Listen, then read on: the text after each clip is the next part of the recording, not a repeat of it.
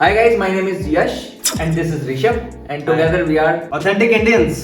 Welcome back to our channel and welcome back to another video. तो आज हमारे साथ ऋषभ ज्वाइन कर रहे हैं जो कि जर्मनी में जो है वो मास्टर्स कर रहे हैं। तो हमने सोचा कि क्यों ना इस इन्फॉर्मेशन को यूज किया जाए और अपनी ऑडियंस तक पहुंचाई जाए, क्योंकि हमारी काफी सारी ऑडियंस जर्मनी से भी आती है। तो आई थिंक बहुत सारी प्रोसेस जो है वो विद इन यूरोप कॉमन भी है, तो मे भी कुछ आंसर्स जो है बाकी कंट्रीज के लिए भी निकल के आ जाए, बट स्पेसिफिकली हम ये जो है जर्मनी के लिए वीडियो बना रहे हैं। जर्मनी में जो लोग पढ़ने आना चाहते हैं, मास्टर्स करने आना चाहते हैं, ऋषभ से पूछेंगे कि क्या प्रोसेस उसने फॉलो करी थी इंडिया में। बेसिकली इंडिया से यहाँ तक आने में क्या जर्नी रही थी, क्या क्या चीजें इसने फॉलो करी, कैसे अपना सिलेक्शन क्राइटेरिया देखा यूनिवर्सिटी में आने के लिए, तो वो सब चीजें पूछेंगे। तो इस वीडियो को करते हैं फटाफट स्टार्ट करने से पहले लाइक कर देना, अगर फिर भी कोई क्वेश्चन बच जाए तो नीचे कमेंट में बता देना, और नहीं तो सब्सक्राइब कर देना। So let's start this video.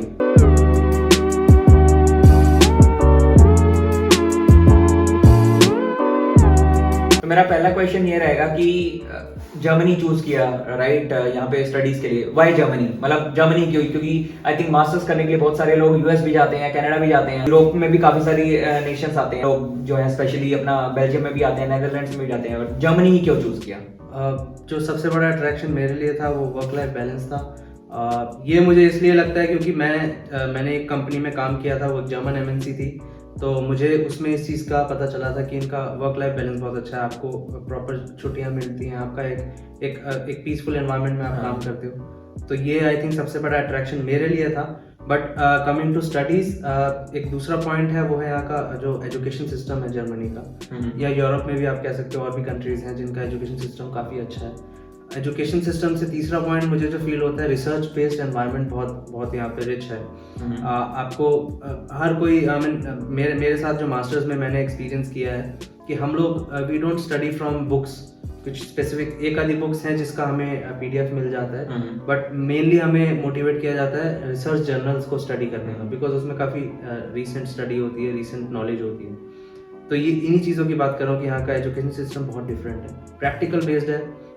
Depending on university, अगर आपकी टेक्निकल यूनिवर्सिटी है तो आपको एक एनवायरनमेंट मिलता है रिसर्च बेस्ड का, लेकिन अब आप एक दूसरी यूनिवर्सिटी होती है, होशुले कहते हैं, यूनिवर्सिटी ऑफ अप्लाइड साइंस। अच्छा। तो उसके अंदर आपको काफ़ी प्रैक्टिकल अप्रोच मिलती है। हमारी यूनिवर्सिटी में, मेरा मैकाट्रॉनिक बेस्ड है जिसमें प्रोग्रामिंग होती है मशीन्स की, तो हमें वो मशीन्स अवेलेबल करा रखी है यूनिवर्सिटी से। ओके।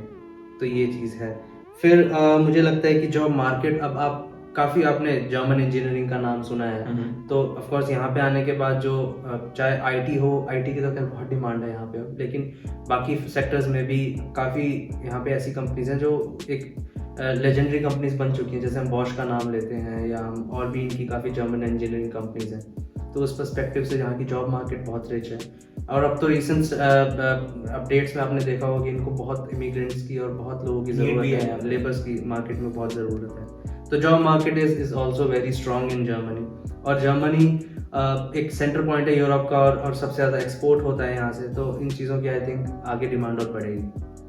और फिर एक सबसे इम्पोर्टेंट पॉइंट जो मुझे लगता है, जो मेरे को अट्रैक्ट किया था जिसने, वो यहाँ पे पीआर जल्दी मिल जाता है। हाँ, फास्टर यूरोपियन कंट्रीज में आई थिंक जर्मनी का भी 5 इयर्स ही ऐसे। अब तो आई थिंक अब जो लेटेस्ट अपडेट मुझे मिला है उसमें सिटीजनशिप भी आप अप्लाई कर सकते हो 5 या आई थिंक 6 साल के अंदर आप अप्लाई कर सकते हो। सेम लाइक बेल्जियम, क्योंकि बेल्जियम में भी सेम ही है। एग्जैक्टली। तो ये चीज़ एक बहुत अच्छा बेनिफिट है उन लोगों के लिए जो यहाँ पे लॉन्ग टर्म स्टे करना चाहते हैं, और आगे आप कहीं भी यहाँ से अपॉर्चुनिटी एक्सप्लोर कर सकते हैं आपके career. Cost I think masters जो यूएस में होती है या बाहर होती है, आई थिंक बहुत एक्सपेंसिव पड़ती है। तो खैर हाँ, वो एक बहुत मेजर, जब मैं compare, not just the education course, even the cost of living. हाँ, कॉस्ट ऑफ लिविंग यूएस से कंपेयर करी, मैंने एक रीसेंट स्टडी में देखा था कि यूएस से कंपेयर करने, अभी इन्फ्लेशन के बाद भी कॉस्ट ऑफ लिविंग जर्मनी में कम है। यहाँ पे अगर आप यूएस में रह रहे हैं तो आपको कुछ 5,000 यूरो मंथली लगेगा सब कुछ कवर करने में अप्रोक्सीमेटली, और यहाँ पे I am living in I think 1,000 euros मुझे मुश्किल से लगता है। तो 5 टाइम्स हो गया। 5 टाइम्स हो गया। अर्निंग ज़्यादा है तो एक्सपेंडिचर भी ज़्यादा है वहाँ पे, लेकिन यहाँ पे ग्रोसरीज का रेट इतना इन्फ्लेट नहीं हुआ है, और अभी भी cost of living is very reasonable. और फिर जो सबसे इम्पोर्टेंट फैक्टर है वो कॉस्ट ऑफ स्टडीज़ है। मेरा रहने का खर्चा, क्योंकि सबसे अच्छी चीज़ यूरोप में है, सब कुछ सिस्टमेटिक है, आपका सारा कुछ ऐसे सिस्टम्स बने हुए हैं कि आपको ज़्यादा उस चीज़ से प्लानिंग कर सकते हैं आप। अब आप एक स्टूडेंट यहाँ पे आ रहा है, उसको एक ब्लॉक अकाउंट अरेंज करना पड़ता है, तो उसका कुछ अमाउंट 9 से 10 लाख होता है। बाकी आपकी स्टडी अगर फ्री है, पब्लिक यूनिवर्सिटी है, तो आपको ज़्यादा, आपका मुश्किल से 11-12 लाख में सब कुछ कवर हो जाएगा। बट अगर प्राइवेट भी है तो भी आई थिंक मेरा खर्चा 32 लाख से ऊपर नहीं जाएगा, जो मेरा आई मीन अप्रोक्सीमेशन है। तो कॉस्ट ऑफ स्टडीज बहुत कम है यहाँ पे, इवन इनफैक्ट प्राइवेट यूनिवर्सिटीज में भी इट्स वेरी रीजनेबल। और क्राइम वगैरह भी देखा जाता है, क्योंकि यूएस में तो है थोड़ा बहुत। हाँ, ये चीज़ अब जाके मुझे फील होती है। इंडिया में भी ऑफ कोर्स मेरे दिमाग में थी, बट क्योंकि मेरा काफ़ी पहले से जर्मनी पे फिक्स था, और ये चीज़ यहाँ पे आके फील होती है कि यहाँ पे पुलिस बहुत एक्टिव है, क्राइम रेट बहुत कम है। एक ऐसा सीन हुआ था जहाँ पे हम लोगों को कुछ प्रॉब्लम हुई थी और हमने कॉल किया, और पुलिस आई थिंक 10 मिनट के अंदर, 5 मिनट के अंदर हमारे डोर स्टेप पे आ गई थी। और हम लोग भी एक बार पार्टी कर रहे थे दोस्तों के साथ, थोड़ा सा शोर ज़्यादा हो गया था, शायद किसी ने कंप्लेन कर दी थी, बट बहुत पोलाइट है यहाँ की पुलिस। They are always very helpful. आपको कुछ भी उनसे रिक्वायरमेंट हो तो उन लोगों ने हमें आके प्यार से बोला कि please don't make nuisance in the building. तो ये चीज़ें अच्छी लगती हैं यहाँ पे आके, क्योंकि काफ़ी बैलेंस्ड है और काफ़ी प्रोटेक्टिव फील होता है।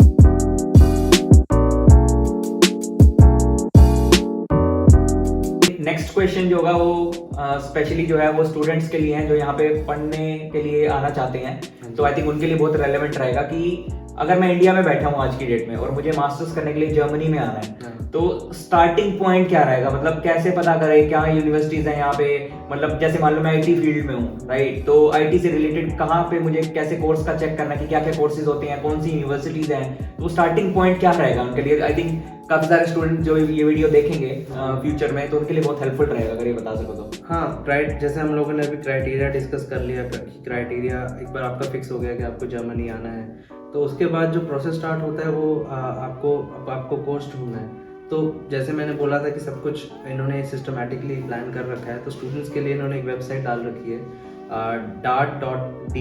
इस वेबसाइट पे आपके सारे कोर्सेज लिस्टेड हैं, public, private, English, German dot. आपको पूरी डिटेल में उनका लिंक मिल जाएगा और वहीं से आप उस यूनिवर्सिटी के पर्टिकुलर, तो बेसिकली सारी यूनिवर्सिटीज की इंफॉर्मेशन है, वो इट्स काइंड ऑफ एनसाइक्लोपीडिया। हाँ, वो पूरा इन्होंने पोर्टल इसीलिए डेवलप करा है। और डार्ट एक तरीके से एक ऑर्गेनाइजेशन भी है, आप उनकी वेबसाइट को चेकआउट करोगे तो उसके अंदर सारी इन्फॉर्मेशन एक स्टूडेंट के लिए कि वो उसको स्कॉलरशिप्स कैसे मिल सकती हैं, बिकॉज ये एक बहुत अच्छी चीज़ है कि आप स्कॉलरशिप्स अप्लाई कर सकते हो। डार्ट की बहुत सारी स्कॉलरशिप्स हैं, तो आपका और एक्सपेंडिचर कम हो सकता है। पब्लिक यूनिवर्सिटी के बाद हो सकता है वो आपका लिविंग एक्सपेंस भी कवर कर लें, तो you can study very, I mean आप शायद फ्री में भी पढ़ लें, बिकॉज कुछ स्टूडेंट्स हैं जिन्होंने 60-70 हज़ार में अपनी मास्टर्स करी है। ओके, तो ये बहुत ही चीप हो गया, इंडिया इतना तो इंडिया में भी नहीं होता। एग्जैक्टली।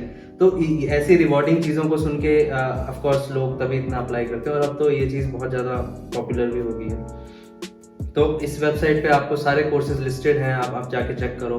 और उसके बाद आप अपने एक्सपीरियंस, अपने बीटेक या आपका जो भी इंडस्ट्रियल एक्सपीरियंस रहा है उसके बेसिस पे आपको जिस भी फील्ड में इंटरेस्ट है, आप उन सारे कोर्सेज को लिस्ट आउट करो डिपेंडिंग। और इवन फ्रेशर्स, आई मीन जो लोग ग्रेजुएशन करते हैं, राइट, फॉर एग्जांपल किसी ने एमसीए कर रखी है, बीटेक कर रखी है कंप्यूटर साइंस में, तो उसके अकॉर्डिंगली वो सारे जाके चेक। हाँ, वो अपने जो उनको फील्ड में अप्लाई करना है, बिकॉज लॉजिकली मैंने जो देखा है अप्लाई करते टाइम आपका पास्ट एक्सपीरियंस बहुत मैटर करता है, आपको किस फील्ड में अप्लाई कर रहे हो, बिकॉज आगे के प्रोसेसेस में आपको ये जस्टिफाई करना होता है कि आपको ये कोर्स क्यों करना है, जिस पे मैं अभी एक्सप्लेन करूंगा। तो आपको जब इस वेबसाइट पे आपके पर्टिकुलर कोर्सेज मिल गए, आप उनको लिस्ट आउट कर लो, उनके लिंक्स वगैरह की शायद एक एक्सेल शीट बना सकते हो, मैंने ऐसे करा था।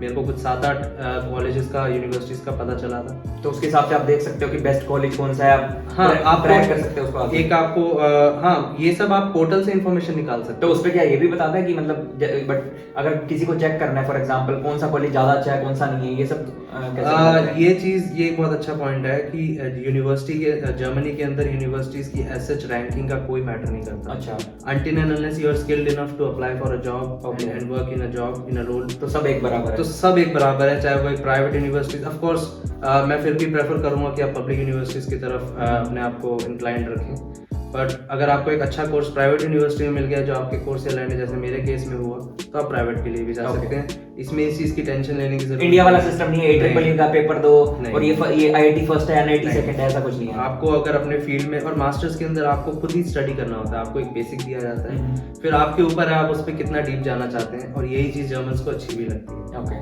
तो ये चीज को दिमाग से निकाल देना कि तो ये यूनिवर्सिटी अच्छी है, ये यूनिवर्सिटी बेकार। तो अगर मैं कंक्लूजन निकालूं तो dart.de जो वेबसाइट है वो एक स्टार्टिंग पॉइंट होगा इंडियन स्टूडेंट्स के लिए, अगर वो यहाँ पे कोर्स के लिए आना चाहते हैं। तो गाइस ये है है लिंक, Yeah. तो वो इसको इस पे जाएं और चेकआउट करें। आप उस वेबसाइट को अच्छे से एक्सप्लोर करो, आपको सारी इन्फॉर्मेशन मिलेगी।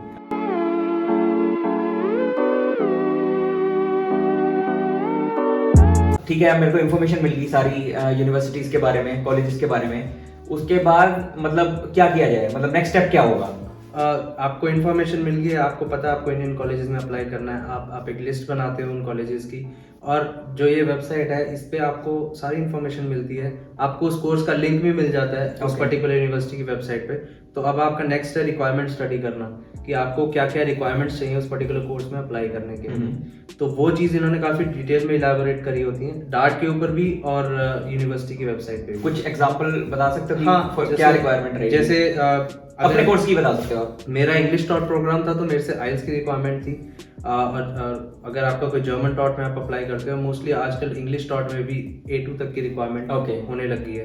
तो ये लैंग्वेज रिक्वायरमेंट होती है। आपकी एकेडमिक रिक्वायरमेंट, कहीं में लिखा होता है कि हमें 2 CGPA या 2.5 GPA, जो इनका जर्मन मार्किंग प्रोसेस होता है, सिस्टम होता है, तो उसके हिसाब से आप कन्वर्ट कर सकते हो। अगर आपका क्या कहते हैं परसेंटेज में है, क्योंकि मेरा परसेंटेज में थी बीटेक की, जो उसका एक फॉर्मूला होता है। 3 मेथड होते हैं बेसिकली यूनिवर्सिटी में अप्लाई करने के। कुछ यूनिवर्सिटीज के पोर्टल पे आप जाकर डायरेक्टली अप्लाई कर सकते हो। दूसरा होता है, एक बीच में वेबसाइट है यूनिअसिस्ट।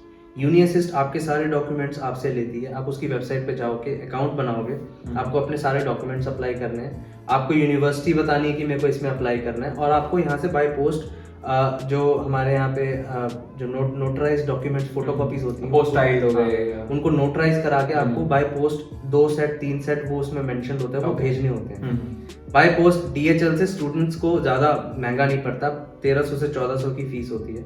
आप वो भेजोगे, आपको यूनिअसिस्ट कुछ टाइम में उनको स्टडी करके आगे अपने आप ही उनकी कॉपीज बना के यूनिवर्सिटीज को भेजता है। और ये पूरा प्रोसेस डिटेल में हम लोग इलेबोरेट कर सकते हैं बाद में, लेकिन ये एक मेन रहता है। और तीसरा मेथड आता है, यूनिअसिस्ट एक VDP प्रोवाइड करता है। VDP होता है, आपको एक यूनिअसिस्ट आपके डॉक्यूमेंट स्टडी करके आपकी परसेंटेज जो मार्किंग सिस्टम डिफरेंट कर देगा उसको, उसके बेसिस पे आपको एक डॉक्यूमेंट दे देता है कि this person is eligible to apply in this university. तो कुछ यूनिवर्सिटीज आपको अपनी रिक्वायरमेंट में मेंशन करके रहती हैं कि हमें VDP चाहिए यूनिअसिस्ट से, तो VDP आपको यूनिअसिस्ट प्रोवाइड करती है जब आप उसको डॉक्यूमेंट्स भेजते हैं।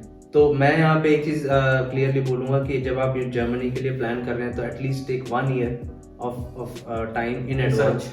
हाँ, रिसर्च नहीं, आपको 1 साल का टाइम पूरा लगेगा। मुझे भी लगा था, सबको लगता है, बट आपको जो ये रिसर्च है तो आपको जितनी जल्दी हो सकता है। 2 इनटेक होते हैं, विंटर इनटेक और समर इनटेक। विंटर इनटेक की सारी जो डेडलाइंस हैं वो आई थिंक मई, जून, जुलाई तक खत्म हो जाती है। और बेसिकली जो कोर्स विंटर में स्टार्ट होगा, जो आपका अक्टूबर में स्टार्ट होगा, और समर सेमेस्टर की जो क्लासेस स्टार्ट होती है मार्च में होती हैं, लेकिन लास्ट डेडलाइन जो मैंने देखी है डिपेंडिंग ऑन यूनिवर्सिटी, वो 15 जनवरी से पहले खत्म हो जाती है। तो डेडलाइंस के बारे में ध्यान रखना है हमें, और जितनी जल्दी हो सकता है हमें एप्लीकेशन देनी है। हमें डेडलाइंस का वेट नहीं करना, क्योंकि यूनिवर्सिटीज इस मामले में भी बहुत क्विक होती हैं, इतनी एप्लीकेशन होती हैं उनके पास, तो जो उनको सूटेबल लगता है वो उनको एप्लीकेशन को अप्रूव कर देती है। तो be very quick and attentive when you are applying, जितनी जल्दी हो सकता है अप्लाई। तो एक क्वेश्चन मेरा ये है कि अब जैसे तुमने बताया कि भाई तुमने कोर्सेज जाके चेक किए अपने, तो तुम्हारे कोर्स से रिलेटेड पर्टिकुलर क्राइटेरिया थे, वहाँ पे तुम वेबसाइट्स पे चेक कर सकते हो। तो ये हो गया, मतलब तुम्हारे केस में तो था तुम्हारे पास एक्सपीरियंस था, राइट? तो उसके बेस पे तुमने क्राइटेरिया देखे। अगर कोई फ्रेशर है, मान लो किसी ने अभी ग्रेजुएशन करी है, बीटेक करी है, तो उस केस में क्या होगा? उसमें कुछ ऐसा प्रॉब्लम नहीं है। अब मेरे कई साथ के जो फ्रेंड्स हैं जो साथ पढ़ रहे हैं, उनको कोई एक्सपीरियंस नहीं है, बट अपने पर्सनल पॉइंट ऑफ व्यू से मैं बोलना चाहूँगा कि एटलीस्ट आपको कुछ 1-2 साल का एक्सपीरियंस लेके आना चाहिए, बिकॉज मास्टर्स में बहुत हेल्प करता है अगर आपको कुछ इंडस्ट्रियल एक्सपीरियंस है। रिक्वायरमेंट्स की आप बात कर रहे थे, तो लैंग्वेज रिक्वायरमेंट होने के बाद डॉक्यूमेंटेशन क्या क्या चाहिए, आपकी सारी जो डिग्री डिप्लोमा के सर्टिफिकेट्स हैं वो सब चाहिए होता है। जो इनका अगर आप मास्टर्स के लिए आ रहे हैं तो बीटेक का एक रहता है कि आपको इतना कम से कम स्कोर होना चाहिए, जो यहाँ के कन्वर्जन में यूजुअली 65% 70% के इससे ऊपर रहना चाहिए। और इसके अलावा अगर मैं बात करूँ कुछ जो रिक्वायरमेंट्स होती हैं, यहाँ पे 2 चीज़ें बहुत इंपॉर्टेंट है, LOR और SOP। SOP statement of purpose होता है। Mostly universities statement of purpose आपसे डिमांड करती हैं, जिसमें आपको लिखना होता है कि आप इस कोर्स में क्यों इंटरेस्टेड हो, क्यों पढ़ना चाहते हो। तो उसमें आपको मेंशन करना होता है इन डिटेल अपनी स्टोरी कि आपको ये कोर्स क्यों इंटरेस्टिंग लगता है, उसमें आपकी सारी चीज़ें आ जाती हैं।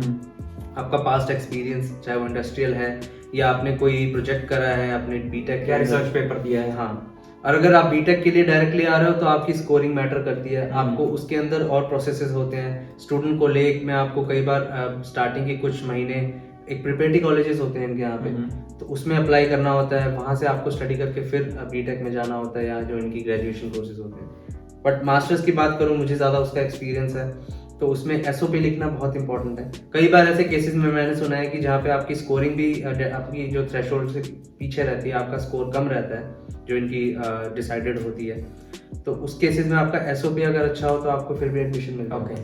Okay. Germans are very particular कि आपका इंटरेस्ट क्या है और आपने उस फील्ड में क्या काम करा होगा। अगर आपका कोई रिसर्च पेपर है ऑलरेडी इंडिया में, तो उस चीज़ से बहुत ही चीज़। और एलओआर जो बोल रहे थे, एलओआर आपके रेफरेंसेस होते हैं, लेटर ऑफ रिकमेंडेशन। तो एलओआर आप अपने यूनिवर्सिटी, अपने एचओडी से, मैंने 2 एलओआर बनवाए थे, एक अपने एचओडी से बनवाया था कॉलेज में, और एक मेरी जो जर्मन कंपनी थी जहाँ से मुझे सारा जॉब कर रहे थे, जॉब कर रहा था मैं जहाँ पे, उस कंपनी में मैंने अपने बॉस से बनवाया था और उनको मैंने शेयर करा था। तो उसके अंदर मैंने अपनी जो भी डिटेल्स थी, जो मैंने काम किया था, वो सब मेंशन किया था। ओके। और वो फिर अपने सीनियर से चेक करवा, ये चीजें अगर आप उनको एक्सप्लेन करते हैं तो ये आपकी प्रोफाइल को बहुत स्ट्रॉन्ग करती है। और ये बेसिक रिक्वायरमेंट भी है, मेथड बताया था, वहां पे जाके सब सबमिट करना होता है and then they evaluate everything. यही सारे डॉक्यूमेंट्स आपको, चाहे आप यूनिवर्सिटी, आप वो डिपेंडिंग ऑन यूनिवर्सिटी, कुछ यूनिवर्सिटीज के पोर्टल पे आप डायरेक्टली भी कर सकते हो, कुछ कहती हैं कि हमें यूनिअसिस्ट के थ्रू आपकी एप्लीकेशन चाहिए। बट अगेन वो इन्फॉर्मेशन आपको जो लिंक्स बताए हैं वो सब पे मिल जाएगी, वो सब पे आपको वो वेबसाइट स्टडी करनी है, आपको पूरा प्रोसेस मिल जाएगा। तो ये सबमिशन के बाद नॉर्मली यूनिवर्सिटीज कितना टाइम लेती हैं रिप्लाई बैक करने में कि हुआ है या नहीं? For example I applied for 2 universities, आप आई थिंक मल्टीपल में भी कर सकते हो, राइट? तो अगर मान लो कि आप क्लियर करा है आपने या नहीं किया, तो कितना टाइम फ्रेम लेते हैं? ज़्यादा नहीं, मुझे लगता है कि अगर आप लेट एप्लीकेशन कर रहे हैं तो आपको 1 से 2 महीने में रिप्लाई आ जाता है। लेकिन अगर आपने बहुत अर्ली अप्लाई कर दिया, जैसे ही एप्लीकेशंस खुली हैं, तो आपको कई बार साथ भी विद इन अ मंथ आपको उसका रिप्लाई आ जाता है कि अगर वो एक्सेप्ट, रिप्लाईज जल्दी आ जाते हैं, इतना लेट नहीं होते हैं। So I can say minimum it's 3 weeks and then maximum it can go till 2 months और 2 मंथ्स। यस, ठीक है।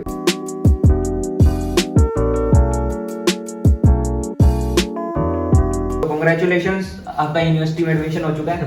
तो एडमिशन होने के बाद आई थिंक सबसे इम्पोर्टेंट चीज जो काफी लोग इंडिया में भी जानना चाहेंगे, स्टूडेंट्स जो आना चाहते हैं, कि अपनी एजुकेशन को फंड कहाँ से करें। बिकॉज आई नो बहुत सारी फैमिली, जैसे हम जैसे मिडिल क्लास फैमिली से बिलोंग करते हैं, तो उन लोगों को लोन के लिए भी अप्लाई करना पड़ेगा। ऐसा नहीं है कि इतना पैसा हम लेके घूम रहे हैं, तो उसके लिए क्या प्रोसेस रहेगा? क्या वो इजी था, डिफिकल्ट था, और इन जेनरिक प्रोसेस क्या था? फ्रैंकली मेरे लिए तो बहुत मुश्किल था लोन का प्रोसेस। मुझे 4 महीने लग गए थे एक बैंक को चेस करते हुए, और लास्ट में मुझे वहाँ से लोन नहीं मिला था।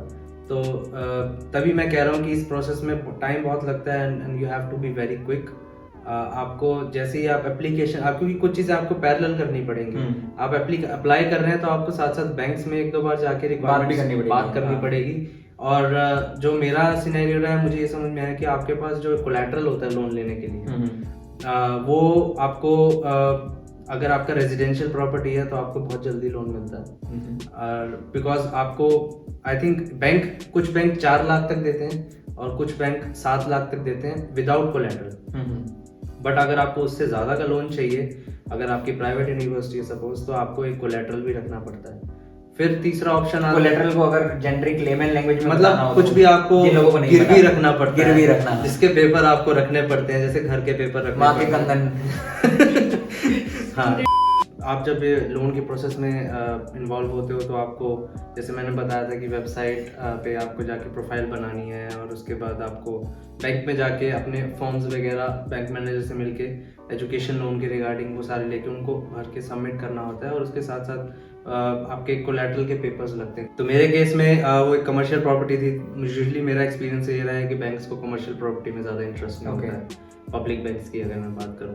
और रेजिडेंशियल प्रॉपर्टी जैसे आपका घर वगैरह हो गया, तो आप उसको आप उसके कागज़ वगैरह आप जो है फोटोकॉपीज आप बैंक को देते हैं। फिर बैंक वेरिफिकेशन के लिए लोग भेजते हैं, वो आपकी प्रॉपर्टी वेरीफाई होती है किसके नाम पे है, उसकी एक इवैल्यूएशन होती है कि आपको वो प्रॉपर्टी का क्या रेट है। उसके बेसिस पे फिर आपको डिसाइड होता है कि आपको कितना लोन बैंक प्रोवाइड कर सकता है। एंड आई थिंक कंट्री भी डिपेंड करती है। यूएस के लिए ब्रैकेट भी ज्यादा है, क्योंकि वहाँ की ऑफ कोर्स कॉस्ट भी ज्यादा है। यूएस में जो इनका ब्रैकेट रहता है वो 60 से 1 करोड़ 2 करोड़ तक का भी होता है, बट जर्मनी के लिए इतना ज़्यादा नहीं रहता है। बट डिपेंडिंग ऑन यहाँ की एक्सपेंडिचर भी इतनी ज़्यादा नहीं है, तो आपको उसकी प्रॉब्लम ऑफ कोर्स नहीं होगी। तो इसके बाद जो प्रोसेस स्टार्ट होता है वो वेरीफायर जब आता है चेक करता है, उसके बाद बैंक डिसाइड करता है कि आपको कितना लोन देना है, कितना तक वो आपको प्रोवाइड कर सकते हैं। और मेरे केस में मेरा लोन अप्रूव नहीं हुआ था, मैंने बहुत चेस करा था। पूछने भी वाला था व्हाट इफ किसी केस में ना हो पाए। मेरे केस में नहीं हुआ था और ऐसे बहुत चैलेंजेस आए थे मेरे केस में, तो मैंने फिर प्राइवेट बैंक्स की तरफ गया था और मैं फिर NBFCs की तरफ गया था। आजकल एक नया ऑप्शन NBFCs का है, नॉन बैंकिंग फाइनेंशियल कॉर्पोरेशन है। ओके, जैसे बजाज एलियंस हो गया, अवांस हो गया, HDFC क्रेडिला है। ये आप ऑनलाइन सर्च करेंगे, कुछ 5 से 7 कंपनीज हैं जो इस फील्ड में एजुकेशन लोन स्पेसिफिकली प्रोवाइड करती हैं। प्राइवेट बैंक्स की बात करूं तो प्राइवेट बैंक्स की भी अपनी रिक्वायरमेंट होती है जो यूजुअली, और उनमें भी मैंने ये देखा कि रेजिडेंशियल प्रॉपर्टीज में वो लोग ज़्यादा interested. I think common banks का वही है। हाँ, इंटरेस्ट का ज़्यादा डिफरेंस एजुकेशन के लोन में नहीं देखा है मैंने। पब्लिक बैंक्स में 8.5 9.5% का रहता है और ICICI में 10.5% इंटरेस्ट पे मिलता है। और अगर NBFCs में जाओगे तो NBFCs में ज्यादा रहता है, 12.5%। मैंने नेगोशिएट किया था 11.5 तक था, बट अभी वो रिसेंटली बढ़ के फिर से 12.5। इन्फ्लेशन भी आ रही है, शार्क टैंक चल रहा है तो 12%। तो ये चीज रहती है। बट अब आप NBFCs के पास जाओगे तो वो लोग अपना, उनकी एक प्राइवेट फर्म है तो उनका यही एक है, और वो लोग इन बीच बीच में बढ़ा भी देते हैं। तो आई थिंक ये एक इम्पोर्टेंट पॉइंट है कि आपको पहले इन सब चीजों के लिए काम करना पड़ेगा, नहीं तो अगर आप लेट करते चले गए तो अगर हो सकता है एंड मोमेंट पे आपका लोन अगर रिजेक्ट हो गया तो गए।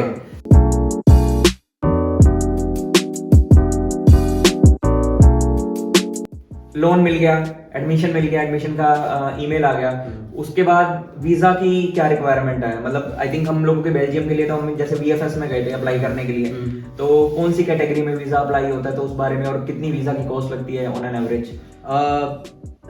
सबसे इम्पोर्टेंट पार्ट जो वीज़ा के प्रोसेस में रहता है वो उसकी VFS की अपॉइंटमेंट का है। क्योंकि अब वो शायद कोविड की वजह से भी हो सकता है, पर मैं अभी भी सुनता हूँ कि मेरा फ्रेंड वैसे तो स्पाउस वीज़ा के लिए अप्लाई कर रहा है, बट अभी भी VFS में काफ़ी वेटिंग लाइंस और वेटिंग नंबर्स आपको मिलते हैं, तो इसके लिए भी आपको काफी पहले से ये सारी चीजें आपको, आई थिंक वो जेनरिक हो गया हर कंट्री का, बिकॉज कोविड के टाइम में सब कुछ बंद था और काफी लोग बाहर आने का ट्राई कर रहे हैं। हाँ, तो वो तो इम्पैक्ट लेके आता है। तो मुझे लगता है कि VFS के पोर्टल पे जाके आपको जो अपनी वहाँ पे बहुत इजीली आपको चीजें समझ में आ जाएंगी। आप उनकी वेबसाइट खोलोगे तो आपको अकाउंट बनाना है। VFS ग्लोबल है, VFS ग्लोबल एक पोर्टल है। इंटरव्यू भी होता है? इंटरव्यू अब नहीं होता, मेरे केस में तो नहीं हुआ। आई थिंक पहले होता था, मैंने वो VFS वाले आपको एक क्वेश्चनर देते थे, उन क्वेश्चनर्स को आपको केयरफुली आंसर करना है, और उसमें भी कुछ ऐसा इंपॉर्टेंट नहीं है, बहुत जेनरिक क्वेश्चंस होते हैं, आपको उनको क्लियरली आंसर करना है। जस्ट कुछ ऐसा नेगेटिव मत लिखना, और I think you are good to go. और उसके बाद आपको वो सारे डॉक्यूमेंट सबमिट करने हैं। With in I think 1.5 month आपको वीज़ा के लिए कॉल आ जाता है, तो आपको अपना जाके पासपोर्ट सबमिट करना है, जो that will again take around 15 to 20 days. तो आपको वो आपको वीजा स्टैंपिंग के लिए डी स्टैंपिंग जो स्टूडेंट्स का रहता है उसके लिए वो आपको फिर आपके यहाँ तो आपको पिक करने जाना होता है, आपको बाय पोस्ट आ जाता है। वो एडिशनल कॉस्ट होती है आई थिंक वो। हाँ, वो उनका चार्जेस है, वो चार्जेस होते हैं। वो किसी भी वीजा के लिए जाओ, जैसे हमने भी अपना जो है वो डिलीवर करवाया था, तो उसके एडिशनल चार्जेस हैं वो ले लेते हैं। बट ओवरऑल जो स्टूडेंट वीजा की अगर मैं फीस बोलूँ वो कितनी लगेगी आपको स्टैंपिंग के साथ मिला के? आई थिंक 8 से 10 हजार के आसपास का खर्चा। 8 से 10 हजार, मतलब ये मैं आपको पूरा अप्रोक्सीमेशन दे रहा हूँ। अगर कोई दिल्ली से दूर रहता है तो उनको अपने अपने सेंटर्स में जैसे जाना आना है, तो आई थिंक मुंबई में भी है, चेन्नई में है, बैंगलोर में भी है, तो इन मेजर सिटीज में तो है। अब गुड़गांव में, मैं गुड़गांव से हूँ, तो मुझे गुड़गांव में एक सेंटर है, बट वो इन चीजों के लिए फंक्शनल नहीं था, तो मुझे जाना दिल्ली पड़ा था, तो वो पास ही था, उसमें कोई प्रॉब्लम नहीं है। बट अप्रोक्सीमेट आपका 8 से 10 हजार का खर्चा है इसमें सब कुछ। और फिर यहाँ के रेजिडेंस कार्ड के लिए जो अप्लाई करते हो उसमें 100 यूरो का उसमें आपका जब वो वीजा पीरियड 6 महीने का आपको वीजा मिलता है आने के लिए। अब 6 महीने यहाँ पे आपका जब वो कंप्लीट होता है, आपको 2 महीने पहले वो प्रोसेस स्टार्ट करना होता है। बेसिकली प्रोसेस देखूं तो वीजा भी लग गया, लोन का भी हमने बता दिया। आई थिंक हमने ऑलमोस्ट सब प्रोसेस कवर कर लिया। आई थिंक यही सब मेजर है। तो गाइस आई होप ये वीडियो भी इंफॉर्मेशनल रहेगी आपके लिए। तो इसमें हमने बेसिकली इंडिया से रह के आप स्टार्टिंग प्रोसेस आपका क्या रहेगा, स्टार्टिंग पॉइंट क्या रहेगा, वहां से लेके हमने आपको लोन लेने तक का और वीजा तक का सारा बता दिया है। तो आई थिंक ये इन्फॉर्मेशन आपके लिए रहेगी इंपॉर्टेंट, जिसमें आप फाइंड आउट कर सकते हो कि आप जर्मनी में पढ़ने कैसे आ सकते हैं। आपका बेसिकली स्टार्टिंग पॉइंट से लेके वीजा लेने तक का पूरे सारे पॉइंट्स एक्सप्लेन कर दिए हैं। अगर अच्छी लगी है तो लाइक कर देना, स्टिल क्वेश्चंस है तो नीचे कमेंट में बता देना। कमेंट में आप पूछ सकते हो कुछ। Of course we will try to answer them, and नहीं हो तो प्लीज सब्सक्राइब करके जाना। तो ये वीडियो करते हैं यहीं पे खत्म, मिलेंगे आपको अगली वीडियो में, टाटा। तो भाई सब कुछ तो बुक हो ही चुका है, अब टिकटें कराते हैं अपनी जर्मनी की। टिकटॉक का भी एक मतलब थोड़ा सा उसमें भी थोड़ा सा आपको प्लान करके चलना पड़ेगा। बाहर जा रहे हो तो यार थोड़ा तो ये सब चीजें आपको करनी पड़ेंगी, क्योंकि इमीडिएट कराओगे तो महंगी पड़ेंगी ना, बहुत महंगी पड़ती है। मेरे को 65,000 की पड़ी थी, बट वो फिर भी बहुत चीपर है। कुछ लोग 85,000 तक दे के आए हैं, क्योंकि वन साइड टिकट वैसे महंगी होती है। और अगर इसमें मैं आपको एक चीज़ बता सकता हूँ, लुफ्तांजा स्टूडेंट्स को ज़्यादा बैगेज अलाउ करता है। लुफ्तांजा की एक वेबसाइट है, आप इंडिया में जाके अगर गूगल पे सर्च करेंगे इंडिया में, तो आपको 23+7 का लगेज भी प्रोवाइड करता है, और आपकी टिकट भी शायद थोड़ी सस्ती हो जाती है। ओके तो भाई फटाफट टिकटें कराओ और आ जाओ जर्मनी, ठीक है। टिकट कराओ। तो और वीडियो को हम कर रहे हैं यहीं पे खत्म।